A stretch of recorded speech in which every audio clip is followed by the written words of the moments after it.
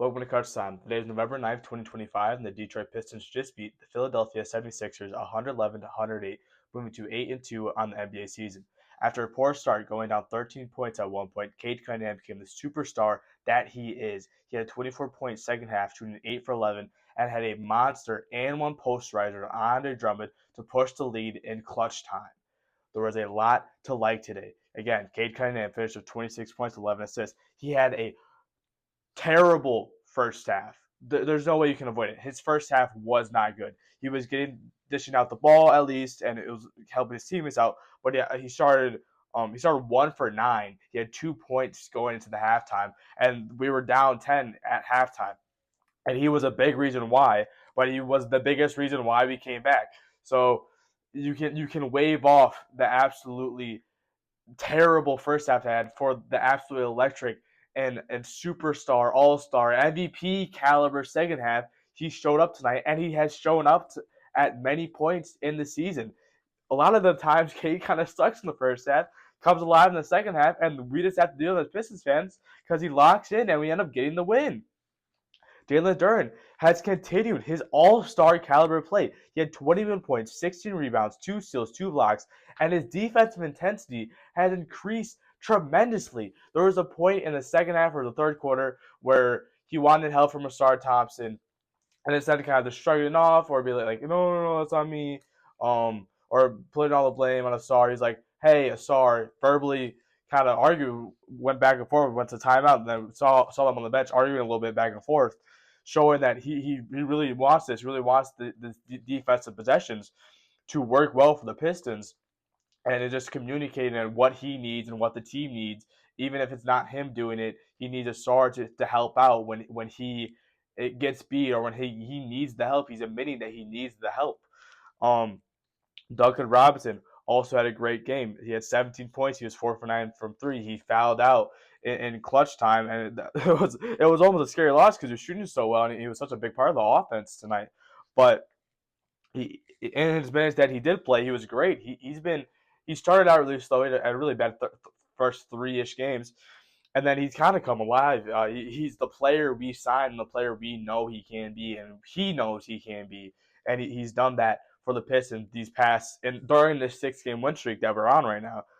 This was easily Karis LeVert's best night. He also had a pretty decent night on Friday against the Nets. He had 14 points. He was 4 for 5 from three, and it was really the only reason the Pistons were only down 10 at the halftime. The Pistons were terrible the second quarter. I believe they only scored about 17 points. I think they at least scored under 20. And it looked like the Pistons could have easily been down 15, 18 points. But Karis LeVert comes in the end and makes two 3-pointers and really gets it like, okay, get a little bit of momentum, get a little bit of points, but just not make the lead even a further deficit and making it even harder to come back, which we needed because we only win by 3 points today. Um, there was some bad tonight. Bobby Clintman played his second game, second real minutes today, third game overall, and he's just not NBA ready. He's not ready to play NBA minutes against real teams and against in real minutes. Like it was the first half when he was playing in the second quarter. He was a team worst -11, and he only played 5 minutes and 30 seconds. I mean, you're giving up 11-point deficit in just 5.5 minutes is terrible team wise, but for the individual player to be those minutes on the court, I mean, it just shows he's not ready. He's defensively lacking. He's offensively lacking. I mean, he's just a big guy. His length, and he can have kind of a shot when he's wide open, but he hasn't been able to show it. And he's just not athletic enough to be NBA ready at this point. Will he in the future? I don't know. But right now, he really shouldn't be in the game. The only reason he is because of the injuries, which I'll get into in a little bit. Uh, Unfortunate, but it was Ron Holland's first night again because of the injuries. He's still defensively intense. He always is. He always brings as much intensity as you can, even if it's a good night, if it's a bad night. He's always going to be chirping. He's always going to be trying his hardest. However, he had 9 points. He did make two 3-pointers, which was pretty big for him. But he shot 3 for 15 from the field, and that's just terrible. A lot of the times he was driving to the paint and try to pull up from the mid range, and he would brick it because really it's not a shot, or he drives to the paint, shoot a contested layup, try to get a foul, wouldn't get the call, complain about not getting the call, and then he'd miss the layup because of the contact that was or was not a foul, wasn't called most of the time, and they just kind of like put him in this hole, and he missed a lot of field goals because of that, and it just really he needs to work on that. He's been better at that at his choice making and at his driving, of what he's going to do and how he's going to get to a better shot at the rim. But today it just wasn't that, and obviously it was first time in the starting lineup, so he's not used to going up against starting unit. He's used to going against the bench squad that teams put out. So hopefully he shouldn't be in the starting role for too long right now. Because I don't really know if he's that ready to be in it. Especially against a team like the 76ers, which are a pretty good team.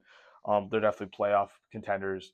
And so hopefully, if he does have to continue, he can get better than that and get better shot selection, get more used to being in that starting lineup. But for right now, he's just not used to it. It is his first time, so hopefully over time he just improves with that.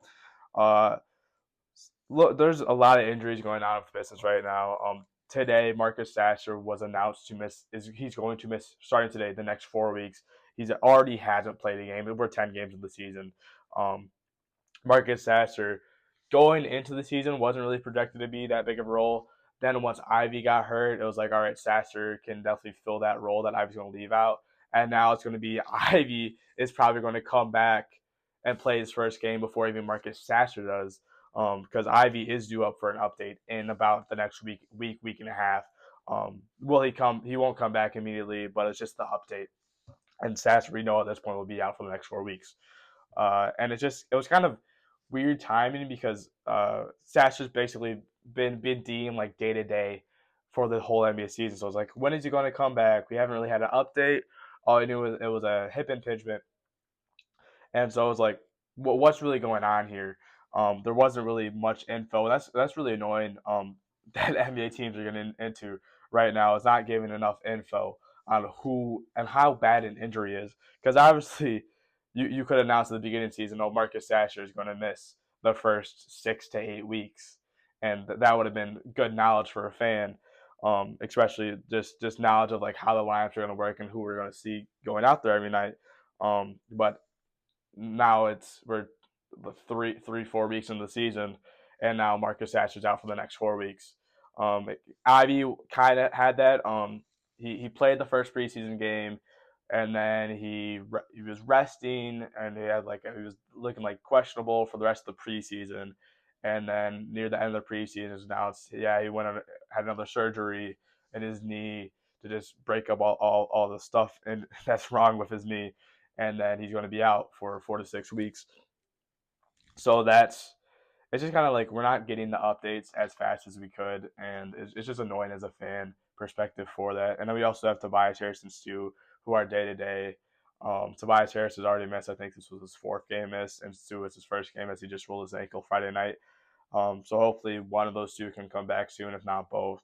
Because we also don't really have updates on how severe their injuries are. Right now, we just know they're questionable and basically considered day to day until they're able to go.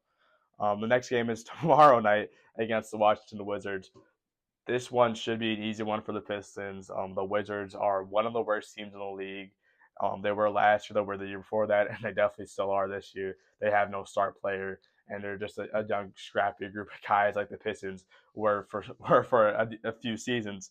So the Pistons are the first team in the East now, so you can't be having if this is even a close game, that's honestly a disappointment for the Pistons because they should have higher expectations for themselves than to compete with the Washington Wizards, who are one of the worst teams in the league, if not the worst team. So thank you for watching, and hope to see you tomorrow.